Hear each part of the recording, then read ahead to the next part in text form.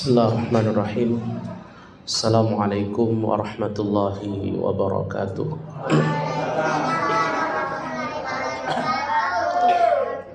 Innal hamdalillah nahmaduhu wa nasta'inuhu wa nastaghfiruh wa na'udzu billahi min shururi anfusina wa min sayyiati a'malina. May yahdihillahu fala mudilla lahu wa may yudlil falan tajida lahu waliyyan mursyida. Asyhadu an la ilaha illallah wahdahu la syarika lah wa asyhadu anna Muhammadan abduhu wa rasuluhu la nabiyya ba'dah. Allahumma salli ala sayyidina wa habibina wa qurrati a'yunina Muhammadin wa ala alihi wa sahbihi ajma'in.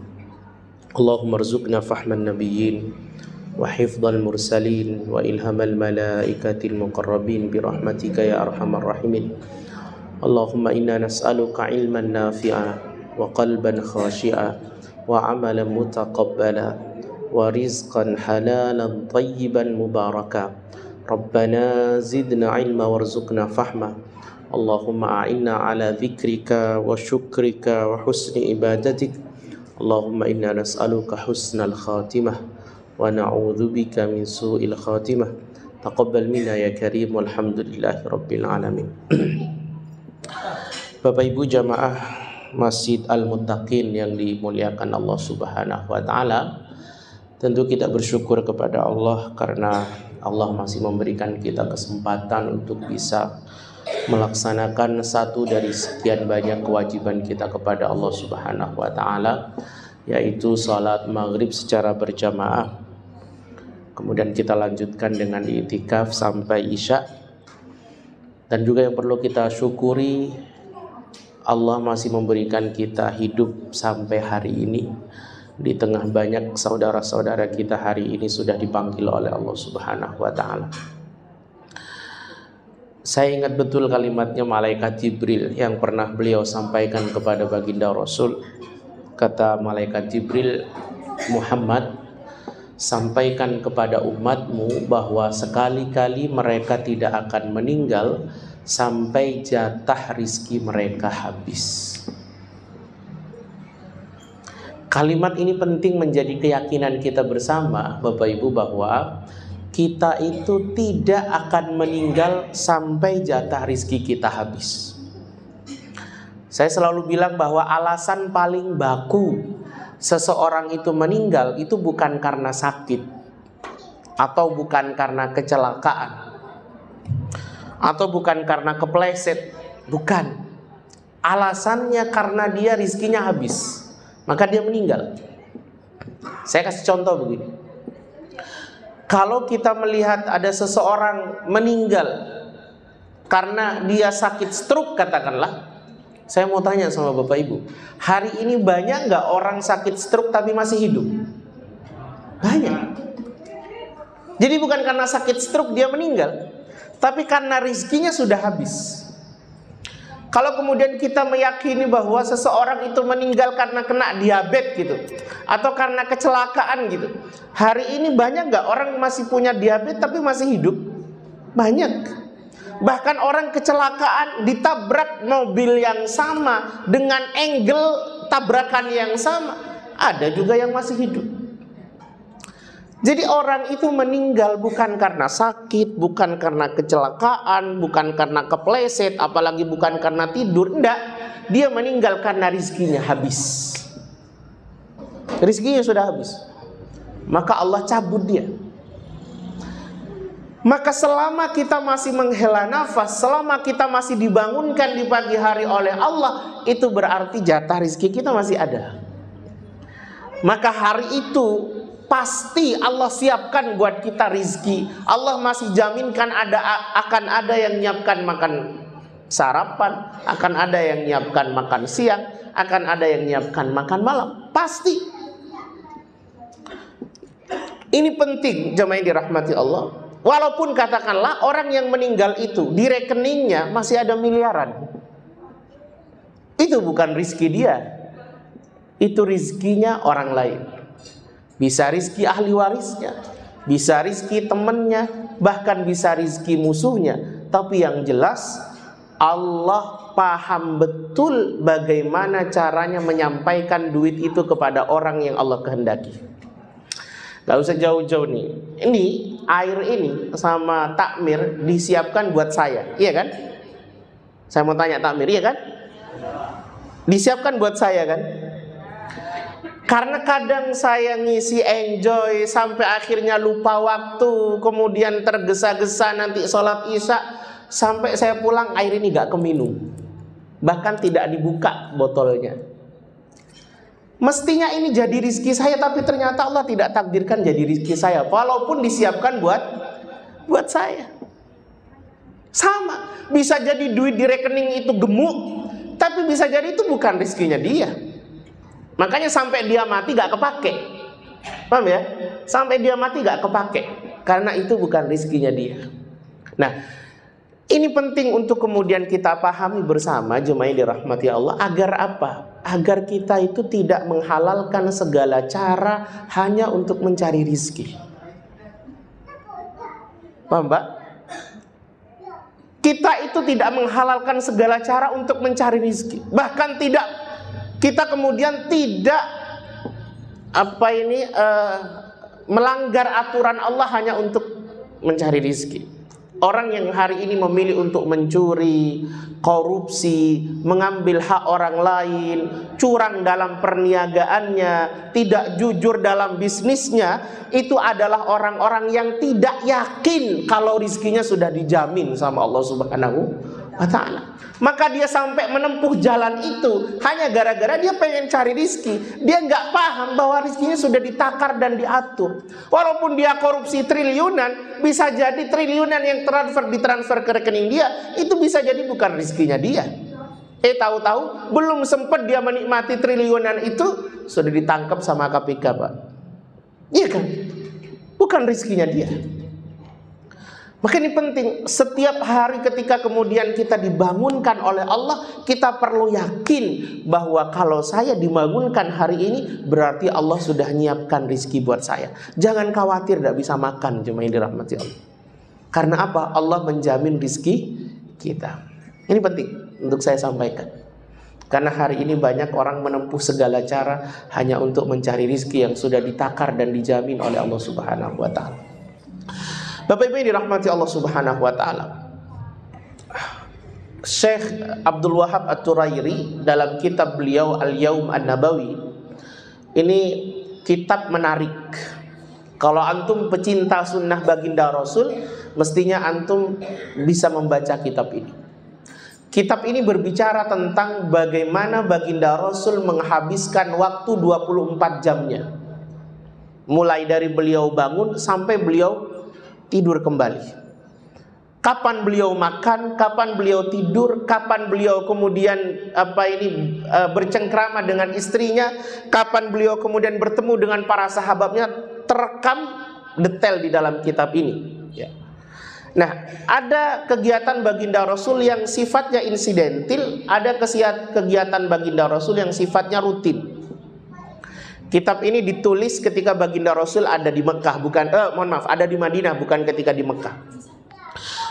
Salah satu kegiatan rutin baginda Rasul adalah beliau setiap hari sepanjang tidak ada perang, beliau melaksanakan apa yang disebut dengan majlis duha. Majlis duha. Kita sampai paham tuh Umar ibn Khattab itu saking inginnya tetap mengikuti majelis duhanya baginda Rasul yang setiap hari dilaksanakan oleh baginda Rasul. Di satu sisi Umar juga punya bisnis, Umar juga punya usaha. Umar sampai kerjasama sama tetangganya. Kata Umar, kalau hari ini aku yang datang, kau yang bekerja. Nanti kalau selesai majelis baginda Rasul, aku pulang, aku kasih tahu sama kamu apa yang disampaikan oleh baginda Rasul. Besoknya gantian, aku yang bekerja, kau yang datang. Maka memang majelis ini rutin, kadang lama, kadang sebentar, kadang panjang, kadang pendek. Kalau sudah panjang bisa sampai zuhur, bisa sampai asar. Kalau pendek cukup 10 menit, 15 menit, habis itu beliau keluar dari masjid itu, beliau kemudian daur ke pasar-pasar Manakho. Nah, jemaah yang dirahmati Allah, ada waktu itu pertemuan yang menarik, di mana waktu itu datang para sahabat cukup banyak. Jadi kalau banyak tuh majelisnya tuh kanan kiri begini Pak, barisnya ke belakang. Jadi di kanan baris belakang, kiri baris ke belakang. Kalau sedikit melingkar atau yang kita sebut dengan halaqah. Ya. Maka Jibril waktu datang kepada baginda Rasul itu kan kemudian dia bisa langsung lewat tengah tuh. Kemudian langsung dempet kakinya dengan baginda Rasul. Apa ini bahasa kita? Dengkul ketemu dengkul. Itu kan karena memang majelis baginda Rasul bentuknya kalau banyak orang itu begini. Ya, nggak kayak kita ini. Tapi dari kanan ke belakang, kiri ke belakang, tengah itu los. Karena memang itu disiapkan bagi musafir yang ingin curhat dengan baginda Rasul secara langsung, dia bisa akses space itu. Tapi kalau sedikit dia bentuknya halaqah begitu. Nah, waktu itu banyak datangnya. Tiba-tiba ini hadis masyhur sekali di tengah-tengah kita. Cuma kadang kita nggak tahu asbabul wurudnya kayak apa. Tahu, paham tentang hadisnya, tapi asbabul wurudnya kita nggak paham. Ya. Kayak apa latar belakang diturunkannya kita nggak paham gitu kadang. Waktu itu baginda Rasul bertanya 4 hal kepada para sahabat. Kata beliau, "Man asbaha minkumul yawma sha'iman." Siapa di antara kalian yang hari ini sedang berpuasa? Itu waktu momen pagi hari. Pas bukan Senin Kamis. Maka waktu itu tidak ada yang menjawab kecuali hanya Abu Bakar. Kata Abu Bakar, "Ana ya Rasulullah, saya ya Rasul." Kemudian ditanya yang kedua kalinya. Ini hadis masyhur. Saya pikir Bapak Ibu sudah paham. Ditanya kedua kalinya, "Man at'ama minkumul yauma miskinan?" Siapa di antara kalian yang pagi ini sudah ngasih makan orang miskin? Lagi-lagi waktu itu tidak ada yang menjawab kecuali hanya Abu Bakar. Kata Abu Bakar, "Ana ya Rasulullah." Bukan berarti para sahabat itu banyak pelit, enggak. Karena memang waktunya masih terlalu pagi. Kalau pertanyaan itu ditanya waktu maghrib begini, banyak yang ngacung tuh Pak. Para sahabat tuh loman-loman orangnya. Tapi masalahnya ditanyanya di waktu duha, masih jam 8, masih setengah 8. Orang masih belum beraktivitas. Tapi rupanya memang Abu Bakar itu dia sangat bersegera dalam kebaikan. Maka hanya Abu Bakar yang mengatakan, "Saya ya Rasulullah." Ditanya yang ketiga kalinya, "Man 'ada minkumul yauma maridan?" Siapa di antara kalian yang pagi ini sudah jengukin orang sakit? Kan tidak semua orang itu punya tetangga sakit hari itu Pak. Kok tiba-tiba Abu Bakar yang kena? Kata Abu Bakar, "Ana ya Rasulullah."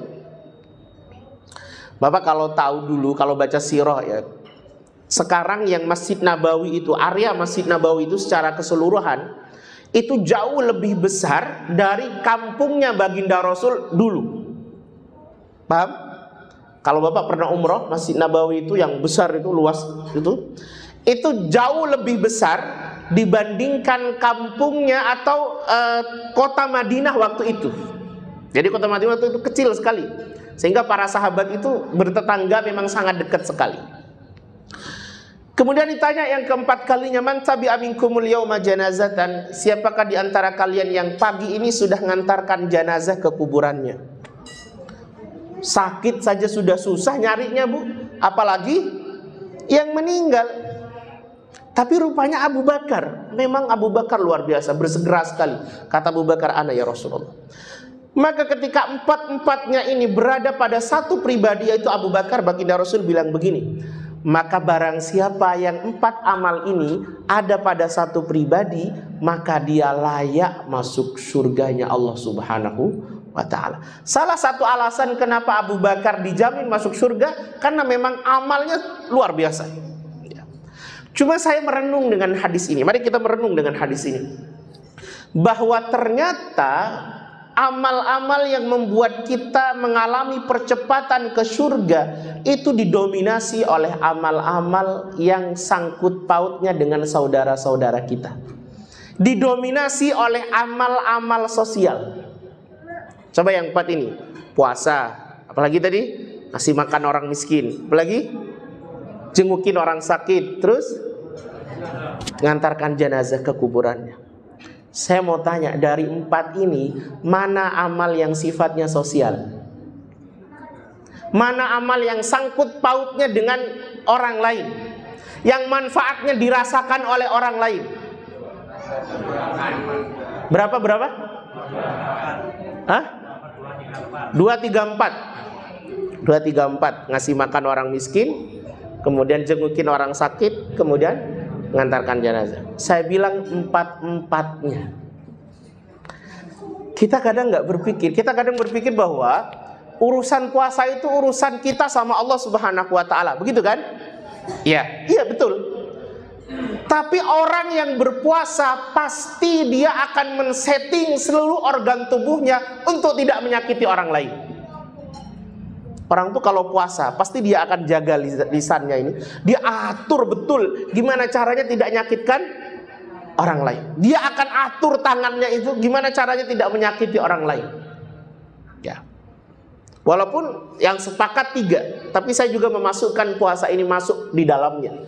Di samping dia sebagai ibadah antara kita dengan Allah, tapi juga ibadah ini manfaatnya dinikmati oleh tetangga kita, dinikmati oleh orang-orang di sekitar kita. Orang tuh kalau puasa pasti jaga dia. Nah, coba bayangkan bahwa ternyata amal-amal yang membuat kita mengalami percepatan masuk surga itu didominasi oleh amal-amal sosial. Maka saya selalu bilang, seseorang itu baru dianggap solih ketika dia betul-betul solih juga secara sosial. Orang itu kalau menganggap dirinya solih itu menuntut kesalihan sosial. Jangan sampai bisa kemudian ke masjid, sholat ruku di masjid, setiap hari ada di masjid, tapi dengan tetangga tengkar terus. Itu bermasalah berarti. Bisa ke masjid, bisa khusyuk di masjid, tapi menjadi benalu di lingkungannya, itu pasti ada yang bermasalah. Coba bayangkan, saya selalu berpikir bahwa amal-amal yang kebermanfaatan untuk orang lain ini menjadi amal yang sangat favorit untuk memasukkan orang ke surga. Saya kasih contoh, Imam An-Nawawi itu dalam kitab yang masyhur namanya kitab Riyadhus Shalihin, itu beliau menjelaskan tentang kisah, menukil tentang hadis baginda Rasul yang berbicara tentang kisah seorang pelacur, yang kemudian pelacur itu dia punya kesempatan oleh Allah ditakdirkan bertemu dengan seekor anjing, yang anjingnya kemudian kehausan, dia kasih minum, itu menjadikan dia perantara untuk diampuni dosa-dosanya dan dia masuk surga. Coba bayangkan, satu subjeknya seorang perempuan pelacur. Kalau saya boleh berbicara agak kasar sedikit, perempuan hina. Yang kedua, objeknya adalah hewan hina. Yang ketiga, kontennya atau materinya, bahan yang dia berikan cuma air. Coba bayangkan. Ini kan remeh-temeh sebenarnya. Tapi rupanya dia menjadi perantara, menjadi wasilah, dia diampuni dosanya oleh Allah Subhanahu wa taala. Kalau memberi kepada anjing saja itu menjadi wasilah diampuni dosa, bagaimana kalau kita membahagiakan tetangga kita? Bagaimana kalau kita memberi orang-orang di sekitar kita? Bagaimana kalau kita memberi anak yatim, memberi fakir miskin sehingga mereka bahagia? Tentu pahalanya jauh lebih besar daripada seekor anjing cuma dirahmati Allah. Coba ya.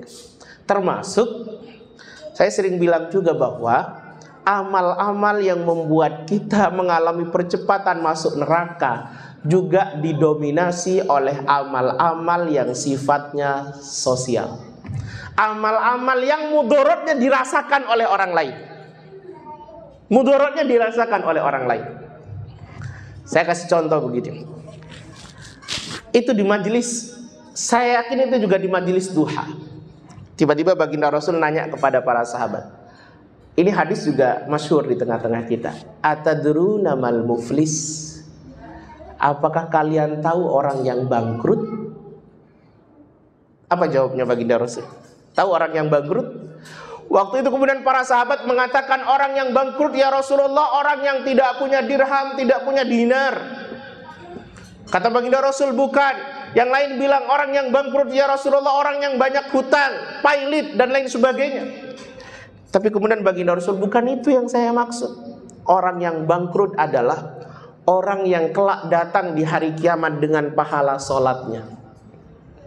Sholatnya khusyuk Pak, di masjid Pak, dijaga betul, dengan pahala puasanya, dengan pahala zakatnya, dengan berbagai macam pahala mahdhahnya. Dia datang menghadap kepada Allah di hari kiamat, tapi ternyata lisannya nyakiti tetangganya, tangannya mukul tetangganya, dia mengambil hak tetangganya, dia menumpahkan darah orang di sekitarnya, dia menjadi benalu dari orang-orang di sekitarnya. Banyak orang terzolimi dengan lisannya, terzolimi dengan tangannya. Banyak orang kemudian tersakiti dengan apa yang dia lakukan.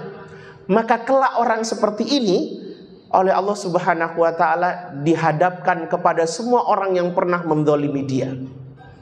Maka kemudian apa yang terjadi? Allah Subhanahu wa ta'ala kemudian semua orang yang dizolimi ini menuntut haknya. Maka pahalanya, pahala sholatnya dikasihkan pada fulan yang dulu pernah dia caci. Pahala puasanya dikasih kepada fulan yang dulu pernah dia pukul. Pahala zakatnya dikasih kepada fulan yang dulu dia ambil haknya. Semuanya dia dikasihkan, sampai akhirnya pahalanya habis, sementara orang yang nuntut masih banyak. Maka kemudian dosa-dosa orang yang nuntut ini kemudian diberikan kepada dia, ditransfer semua. Akhirnya apa? Dia dimasukkan ke neraka. Dia mengira bahwa apa yang dia lakukan itu sudah cukup membuat dia masuk surga. Padahal ternyata dia nggak memperhatikan bagaimana efek kalimatnya, efek tangannya, efek kedustaannya, efek ketidakjujurannya, efek dari dia menzolimi sesamanya. Bahkan kalau kita membaca hadis baginda Rasul itu, kata baginda Rasul, wallahi la yu'min, demi Allah tidak beriman, kata baginda Rasul. Siapa itu? Orang yang tetangganya tidak bisa tidur karena kelaparan, sementara dia bisa tidur pulas karena kekenyangan. Coba ya. Kata baginda Rasul, wallahi la yu'min, demi Allah gak beriman. Walaupun ada yang mensarah hadis ini dengan mengatakan tidak sempurna imannya, tapi itu sudah sangat ekstrim ketika baginda Rasul bilang wallahi la yu'min, demi Allah tidak beriman. Pakai kosam lagi, pakai kosam. Ada juga kalimat yang hampir mirip, demi Allah tidak beriman orang yang tetangganya kemudian tidak selamat dari lisan dan tangannya.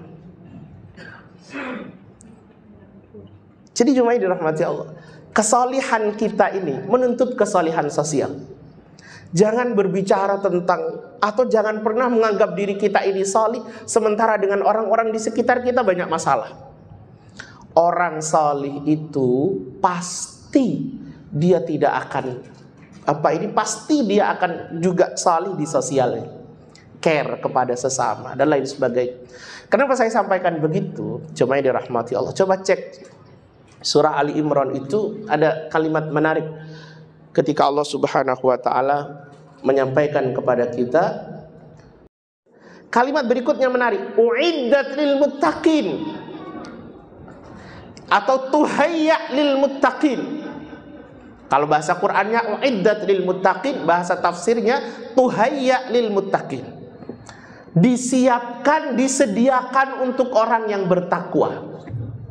Surga itu memang tempatnya orang bertakwa. Coba menariknya, dalam ayat ini Allah spill tuh karakter orang bertakwa. Yang pertama adalah alladzina yunfiquna fis sarra wad-dharra. Orang yang kemudian bisa dia berinfak, bisa dia memberi, berbagi di waktu sempit dan di waktu luas. Bahasa saya, karakter orang bertakwa itu pasti care.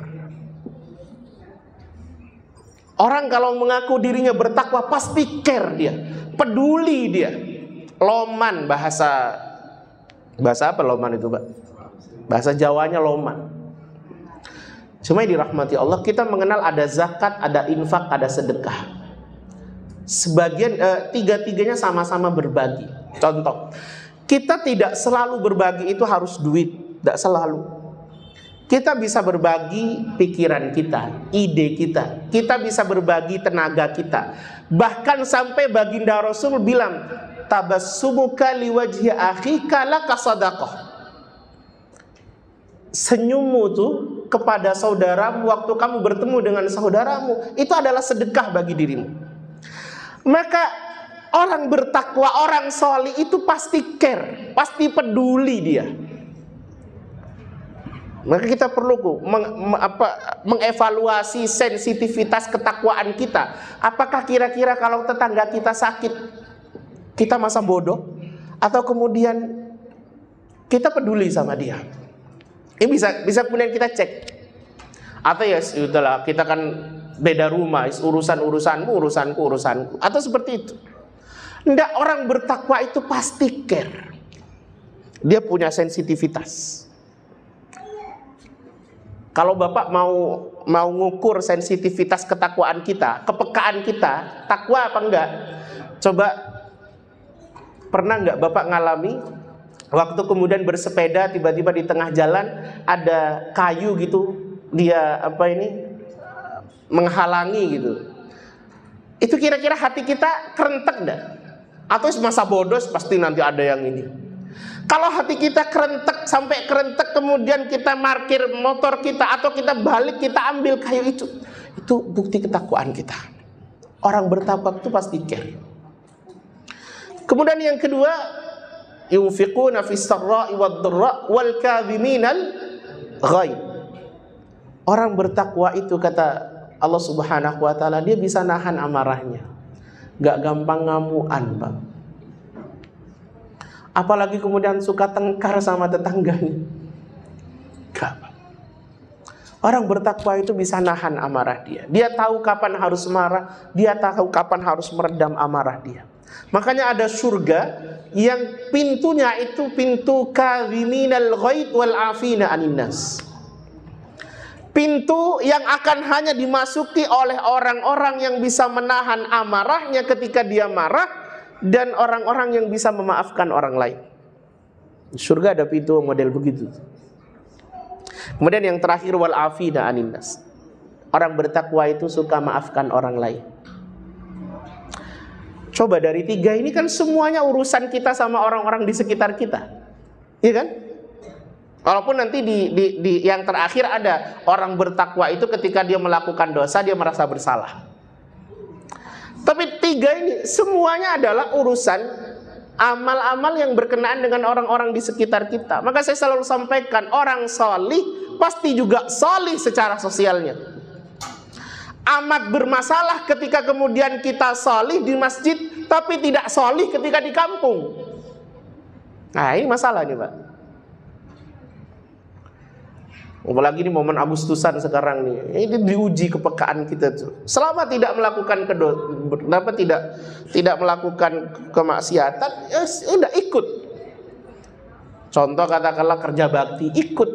Itu care, kita care dengan orang-orang di sekitar kita. Bersih-bersih dan lain sebagainya. Nah, maka jemaah yang dirahmati Allah, ini penting sekali. Karena selama ini kadang kita masih punya mindset bahwa orang bertakwa itu kalau sudah bisa khusyuk di masjid. Iya, khusyuk di masjid penting. Tapi juga kalau bermasalah di kampungnya ini jadi masalah. Sholat kita itu dipertanyakan ketika kemudian di masjid bisa khusyuk, di kampung jadi benalu. Lisan kita pedes, sering kemudian bertengkar, sering kemudian bertikai, sering kemudian nyakiti banyak orang.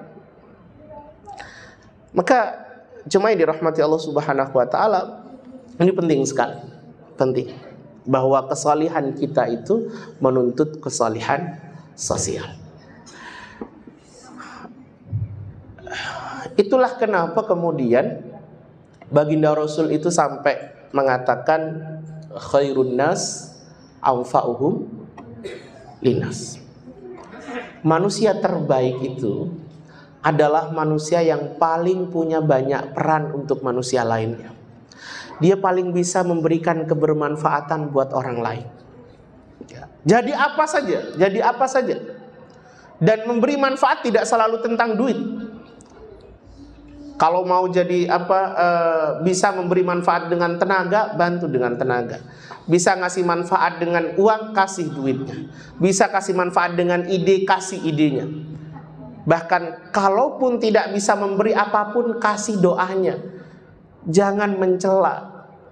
Jangan bahkan kemudian jadi benalu. Kadang ada orang bangun masjid sudah nggak bisa nyumbang duitnya, nggak bisa nyumbang tenaganya, nggak bisa nyumbang pikirannya, justru dia nyumbang apa? Komentar pedesnya itu, Pak. Kan jadi nggak masuk. Sudah nggak bisa ngasih apa-apa, justru mencela. Maka kata baginda Rasul, khairun nas anfa'ukum linnas. Manusia terbaik adalah manusia yang paling punya banyak peran untuk orang-orang di sekitar. Contoh yang paling konkret saya kasih cerita. Baginda Rasul itu pernah suatu waktu, beliau setelah sholat isya kemudian ada tamu, Pak. Tamu itu kemudian kebetulan datang dari Makkah, ingin hijrah ke Madinah untuk kemudian ikut agama baginda Rasul. Namanya juga tamu, baginda Rasul paham betul namanya juga tamu, perlu dihormati, perlu dijamu. Ternyata ketika pas selesai sholat isya, beliau kemudian nemui tamu itu, beliau akhirnya tanya kepada istri-istri beliau. Karena memang istrinya tidak satu, jadi tanyanya kepada istri-istrinya, Bang. Istri yang satu ditanya, hal indaki ta'am, apakah ada makanan? Kata istri yang satu, enggak. Coba bayangkan, istri baginda Rasul itu pernah mengalami beliau betul-betul berada pada titik di mana tidak ada makanan. Tidak ada makanan. Yang ada hanya air. Bahkan kadang yang ada hanya kurma. Ketika baginda Rasul nanya, hal indaki ta'am, apakah ada makanan? Kata istrinya, tidak ada. Ma indana ta'am, tidak ada makanan. Kita, Pak, hari ini, Pak, kalau udah ada makanan di rumah, datang ke masjid itu ada makanan di masjid. Masjid-masjid sekarang sudah luar biasa. Bahkan sampai kopinya gratis, airnya gratis, kamar mandinya gratis. Yang bayar apanya, Pak? Hah? Luar biasa sekali. Dulu, kenapa kemudian baginda Rasul itu oleh Allah ditakdirkan pernah berada tidak punya makanan, bahkan sampai betul-betul menjadi orang paling kaya. Ketika penaklukan Khaybar itu ghanimahnya luar biasa besar, dan baginda Rasul dapat bagian yang paling besar. Ghanimah Khaybar itu luar biasa besar, karena Khaybar itu kota makmur. Kenapa baginda Rasul itu Allah takdirkan pernah betul-betul berada di titik terbawah, terendah, dan pernah berada di titik tertinggi? Karena memang beliau oleh Allah didesain sebagai contoh untuk orang miskin dan contoh untuk orang kaya. Maka miskin teman baginda Rasul pernah ngalami itu. Di mana di rumahnya tidak ada makanan. Seperti tadi ditanya kepada istri yang pertama, istri katakanlah ditanya kepada Aisyah, ada makanan? Tidak ada. Ditanya lagi ke istri berikutnya, ada makanan? Tidak ada. Terus ditanya sampai terakhir tidak ada makanan sama sekali. Maka waktu itu baginda Rasul kemudian menawarkan kepada para sahabat, siapakah di antara kalian yang bisa menjamu tamu saya ini? Saking dari tidak ada makanannya di rumah. Tiba-tiba ada sahabat Ansar bilang, ana ya Rasulullah, saya ya Rasul, saya yang bawa tamunya, saya yang melayani tamunya, saya yang servis dia ya Rasulullah. Kata baginda Rasul, ya sudah, ikut sama dia. Besok subuh balik lagi ke masjid. Maka tamu ini ikut bersama dengan orang Ansor tadi. Nah, orang Ansor ini nyampe di rumahnya juga sama-sama tidak punya makanan, Pak. Yang ada kata istrinya, cukup hanya untuk kita saja dan anak kita. Untuk kita saja. Lalu kemudian kata suaminya, ini masyhur kan, kisah ini masyhur sekali. Kata suaminya, sudah gak apa-apa, tidurkan anak kita. Embu gimana caranya, didongengin kayak diapain, pokoknya tidurkan. Akhirnya anaknya tidur. Kemudian disiapkan tuh 2 mangkok, Pak. Sebenarnya makanan ini cukup untuk 1 orang saja. Ketika kemudian disiapkan 2 mangkok, kemudian makanan ditaruh di tengah, disiapkan 2 sendok. Kata suaminya, nanti kalau pas waktu makan, tolong matikan lampunya. Jadi pas waktu makan dimatikan lampunya. Suaminya seperti berpura-pura makan, karena untuk menghormati tamunya. Bapak Ibu pernah mengalami seperti ini? Saya yakin tidak pernah. Tapi di zaman itu ada. Dia seperti berlagak makan, padahal sebenarnya itu hanya permainan sendok saja. Karena lampunya juga dimatikan. Lampu dulu kan nggak model kayak gini, Pak. Sekarang walaupun lampu dimatikan masih ada yang bisa kelihatan. Apalagi kita punya HP bisa dijadikan lampu. Dulu lampu itu kayak manual sekali. Jadi kalau dia dimatikan maka menggelap. Setelah makan, kemudian tamunya diminta untuk istirahat. Besok subuhnya dia kembali ke Masjid Nabawi. Coba lihat, ketika dia kembali ke Masjid Nabawi, disambut betul sama baginda Rasul. Ketika mereka berdua datang, kemudian baginda Rasul berbisik kepada orang Ansor tadi, Allah menyampaikan salam kepadaku untukmu. Coba bayangkan, Allah menyampaikan salam. Siapa yang ngasih salam? Bapak kalau dikasih salam Pak Eri gitu, sekelas wali kota itu lah seneng kan? Ini yang ngasih salam Allah Subhanahu wa ta'ala. Apa kalimat salamnya? Allah bahagia melihat bagaimana engkau melayani tamuku. Sependek pengetahuan saya, orang yang pernah dapat salam dari Allah itu dua. Satu, Khadijah. Khadijah itu memang orang istimewa. Khadijah waktu itu nyiapkan minuman untuk baginda Rasul. Kemudian ketika disuguhkan kepada baginda Rasul, berbarengan dengan itu turun malaikat Jibril. Saat malaikat Jibril turun, lihat Khadijah. Kata malaikat Jibril, tolong sampaikan salamnya Allah kepada Khadijah, bahwa Allah sedang membangunkan rumahnya di surga. Rumahnya di surga sedang dibangun, orangnya masih hidup, jemaah dirahmati Allah.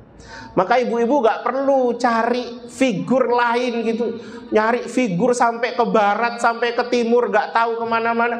Figur para ibu-ibu itu cukup 4. 1, Maryam bintu Imran. 2, Khadijah bintu Khuwailid. Yang ketiga, Fatimah bintu Rasulillah. Yang keempat, Asya imra'atu Fir'aun. Coba kalau kita belajar sirahnya 4 perempuan ini, luar biasa. Perempuan-perempuan luar biasa. Ya.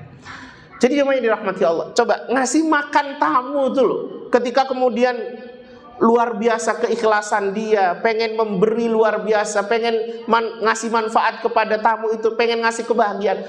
Rupanya Allah balas dengan salamnya Allah Subhanahu wa ta'ala. Itu kalau sudah ngasih salam, Allah ngasih salam sama orang ini orang istimewa luar biasa. Padahal cuma ngasih makan kepada tamu. Maka Bapak Ibu ini rahmati Allah Subhanahu wa ta'ala, baginda Rasul itu pernah bilang begini, ahabbun nasi ilallahi anfa'uhum linnas. Manusia yang paling dicintai di sisi Allah adalah manusia yang paling punya banyak peran. Ya kalau di kampungnya jadi ketua RT, pas masuk masjidnya jadi ketua takmir, pokoknya dia banyak, khidmahnya banyak. Makanya saya sering kalau menyemangati teman-teman di masjid, di takmir itu adalah amal kita ini adalah amal yang sangat luar biasa, teman-teman takmir terutama. Karena begini, saya kalau datang ke sini kemudian saya sholat maghrib, sholat isya katakanlah, sholat di shaf pertama katakanlah, kalau Allah terima sholat saya maka insya Allah saya dapat pahala sholat saya sama pahala fadilah berada di shaf pertama. Tapi para takmir, orang yang membangun masjid ini, orang yang memakmurkan masjid ini, orang yang mendesain program masjid ini, itu tidak hanya dapat pahala sholat dia sendiri, dia mendapatkan pahala sholat semua orang yang menikmati masjid ini. Itu bedanya. Kenapa amal kebermanfaatan buat orang lain itu jauh lebih besar pahalanya? Kenapa ketika baginda Rasul bilang ahabbun nasi ilallah, yang keluar adalah anfa'uhum linnas. Bukan orang yang paling banyak sholatnya, bukan, tapi anfa'uhum linnas. Orang yang paling bisa ngasih manfaat sama orang, orang yang paling bisa ngasih kebahagiaan sama orang yang paling bisa ngasih kontribusi kepada orang. Bahkan diteruskan amalnya, kalimatnya, wa ahabbul a'mali ilallah sururun tudkhiluhu ala muslim. Dan amal yang paling dicintai oleh Allah Subhanahu wa ta'ala adalah kebahagiaan yang kau susupkan ke dalam hati seorang muslim. Saya pernah punya punya pengalaman soal ini, Pak. Saya sempat agak naik pitam ketika menjelaskan soal ini kepada salah satu karyawan kami. Di tempat kami itu kan masjidnya punya unit bisnis, Pak. Karena masjid kami itu dananya tidak selalu hanya dari dana jamaah, tapi juga dari bisnis-bisnis yang kami kelola. Tiba-tiba mau menjelang puasa itu ada salah satu pegawai kami, kebetulan dia manajer di catering kami. Dia tiba-tiba begini bilang, "Ustadz, saya minta izin Ustadz cuti selama bulan Ramadan." Loh, kenapa saya bilang mau cuti? Loh, ini ntar lagi Ramadan loh. Kita nyiapkan buka puasa untuk banyak orang. Sehari kadang 500, kadang 600. Kenapa kemudian harus cuti? Lihat alasannya, dia bilang begini, "Iya Ustaz, saya pengen betul-betul fokus ibadah. Jadi saya tidak mau ngurusi pekerjaan atau dunia saya." Saya agak marah waktu itu. Kalimat saya pertama kali yang muncul begini, "Kalau semua takmir itu berpikir sebagaimana kamu berpikir, bubar masjid ini," saya bilang. Coba bayangkan, semua pengurus masjid berpikir ketika bulan Ramadan pengen betul-betul khusyuk ibadah, katakan, dan tidak mau ngurusi masjid, maka bubar masjid-masjid itu. Kenapa seperti itu? Karena mereka menganggap kalau jadi security di depan jagain motornya para jamaah tarawih itu bukan ibadah bagi dia. Itu ngejar dunia katanya. Para OB yang kemudian bersihkan masjid itu, kalau dia berpikir kemudian pengen cuti juga untuk ibadah di bulan Ramadan, ya selesai, gak ada masjid itu. Bubar semua pengurusnya. Terus dia kemudian bilang, "Loh, terus gimana Ustaz? Selama ini apakah kamu tidak berpikir bahwa pekerjaanmu itu ibadah?" Coba bayangkan, kalau sekiranya kemudian kamu khusyuk bisa, katakanlah tarawih terus, iya, oke. Iya tetap, tapi kamu dapat pahala dari dirimu sendiri, dari pahala ibadahmu sendiri. Tapi coba kamu bayangkan ketika kamu menyiapkan 500-600 porsi untuk dibagikan kepada orang yang kemudian berpuasa. Coba bayangin, kamu dapat puasa dari semua orang yang menikmati dan mendapatkan manfaat dari apa yang kamu lakukan itu. Sehingga pahalamu tidak hanya pahala dirimu sendiri, tapi juga pahala dari semua orang yang menikmati kebermanfaatan dari apa yang kau lakukan. Gak jadi Pak, dia resign, cuti. Oh kalau begitu betul Ustaz. Karena begini jemaah yang dirahmati Allah, amal sosial itu luar biasa efeknya. Saya sering bilang terutama kepada security dan bagian kebersihan. Karena dua ini kadang satu merasa downgrade, merasa insecure. Kemudian yang kedua dia merasa bahwa dia sedang ngurusi dunia.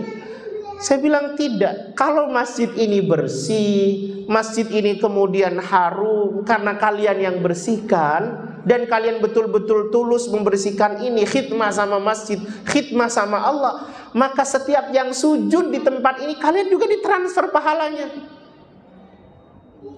Setiap orang yang bergerak sebagai aktivis sosial, dia perlu menjiwai kalimat baginda Rasul ini, wa ahabbul a'mali ilallah sururun tudkhiluhu ala muslim. Amal terbaik di sisi Allah adalah ketika kau bisa ngasih bahagia kepada banyak orang. Karena kalau kita tidak menjiwai kalimat ini, bosan kita bekerja di masjid, bosan kita bekerja di amal-amal sosial. Jadi cuma dirahmati Allah.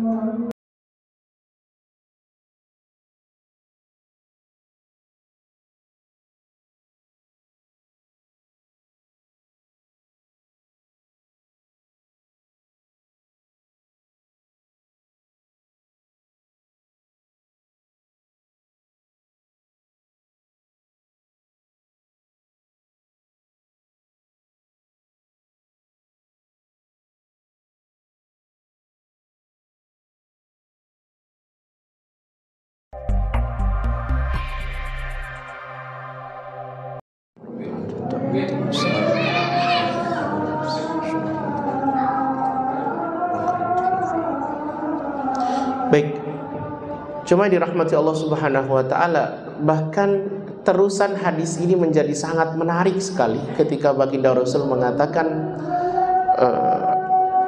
wa an amshi ma'a akhi fi hajatin ahabba ilayya min an a'takifa fi masjidi hadha syahran. Dan aku berjalan bersama saudaraku untuk kemudian menyelesaikan urusannya, membantu dia, peduli kepada dia, kata baginda Rasul, lebih aku cintai dibandingkan aku harus iktikaf di Masjid Nabawi 30 hari penuh. Coba bayangkan.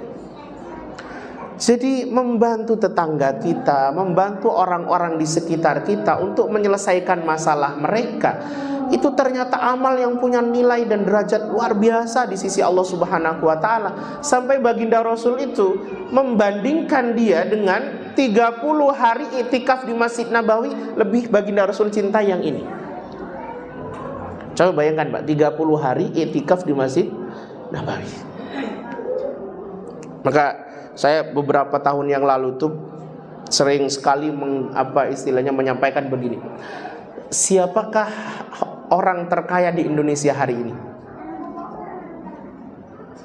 Siapa? Susah ya. Ada yang kemudian bilang siapa itu? Pokoknya dia nyebutkan nama, saya bilang salah. Sebutkan lagi nama, salah. Saya bilang orang terkaya di Indonesia hari ini adalah Allah yarham Kiai Haji Ahmad Dahlan. Karena dulu dia membentuk Muhammadiyah itu dari uang pribadi beliau yang kemudian beliau wakafkan. Kemudian wakaf itu mengalir sampai hari ini, di mana aset Muhammadiyah sekarang sudah gak terhitung berapa. Siapa yang bisa ngitung aset Muhammadiyah? Teler Pak sampai ngitungnya. Susah. Kenapa? Ini amal yang dari sedikit kemudian berevolusi menjadi banyak, luar biasa. Coba bayangkan ketika kemudian, ya sebagaimana saya sampaikan tadi, sampai ngurus masjid, kemudian masjidnya ramai, sampai bikin kajian, nyebar undangan, bikin flyer, nyari ustadz. Kemudian orang yang datang tuh dia mungkin bisa dapat pahalanya dia, tapi orang yang kemudian mendesain itu, membangun masjidnya, mengelola masjid, itu mendapatkan pahala sebanyak orang yang kemudian menikmati masjid itu. Itu kenapa kemudian amal sosial menjadi sangat luar biasa, punya derajat di sisi Allah Subhanahu wa ta'ala. Termasuk terakhir saya ingin menyampaikan satu kalimat Allah Subhanahu wa ta'ala. Ini menjadi kalimat yang perlu direnungi bagi mereka yang selalu bergerak di kegiatan-kegiatan sosial. Kata Allah Subhanahu wa ta'ala, in ahsantum ahsantum li anfusikum. Kalau kalian berbuat kebaikan apa saja, baik kebaikan itu yang berhubungan kita dengan Allah atau kita dengan manusia-manusia di sekitar kita, ahsantum li anfusikum. Sebenarnya kalian sedang berbuat baik untuk diri kalian sendiri.